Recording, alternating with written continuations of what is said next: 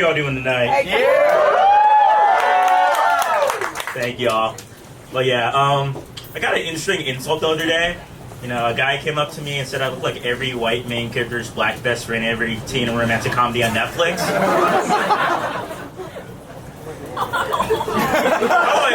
I was like, okay, fuck you.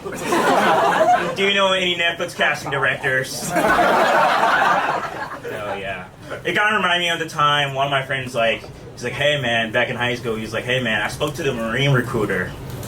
He's like, we can go to boot camp together. I'm like, whoa, I'm not built for that, you know?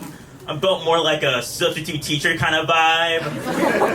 I intern at a small nonprofit, unpaid of course. I'm not confrontational at all. Like, I was eating out the other week and I found a piece of plastic in my food.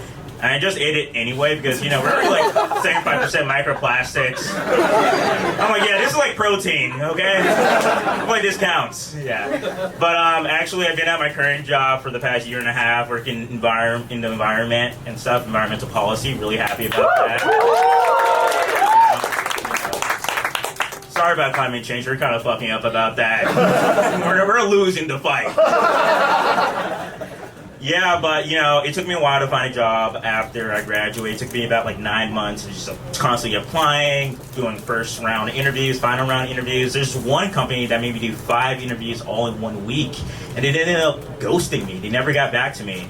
But with my newfound wealth for my current job, that's why I say fuck the Make-A-Wish Foundation.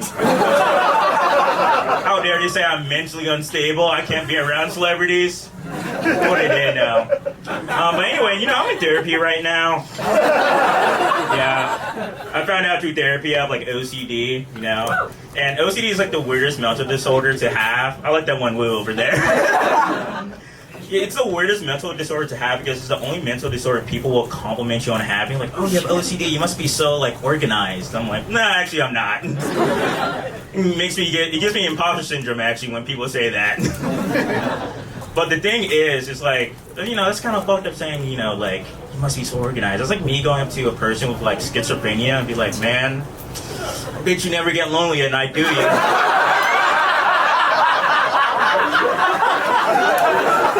The voices. Oh man. Oh yeah. Yeah, but you know, that's what happens. But you know, my parents are here. Clap it up for them. You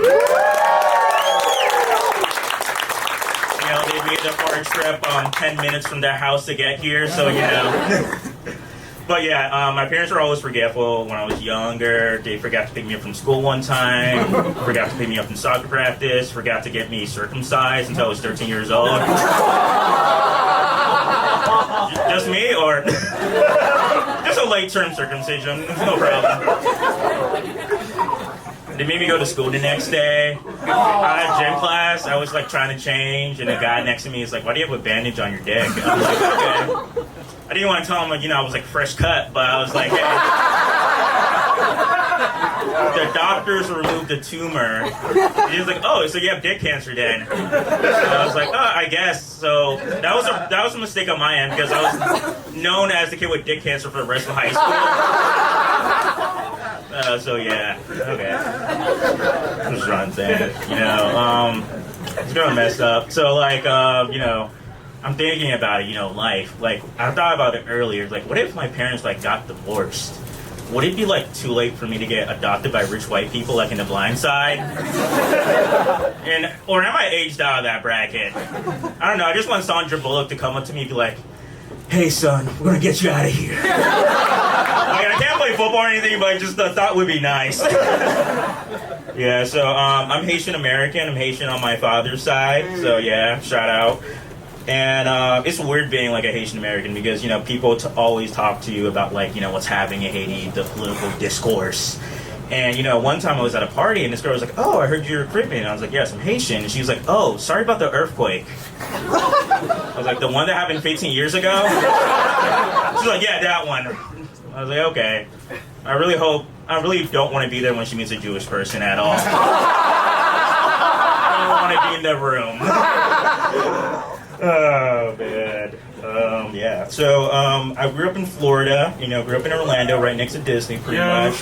And you know, Florida's like weird because like the area I grew up, I was like 10 minutes from trailer parks, 20 minutes from like mansion. So like I experienced like some racism in like high school, and like when 2020 happened, George Floyd, a lot of my high school classmates reached out to me like, "Hey, bud, just wanted to check in on you. I heard your life matters." I just want to say sorry about the racism. I'm like, okay. One of my old bullies reached out to me. He's like, "Hey man, just want to clear the air between me and you. I just hated you for you." You can't even be angry at that because he judged me by the context of my character, like I'm okay wanted, and he hated that. Thank you. That's been my time.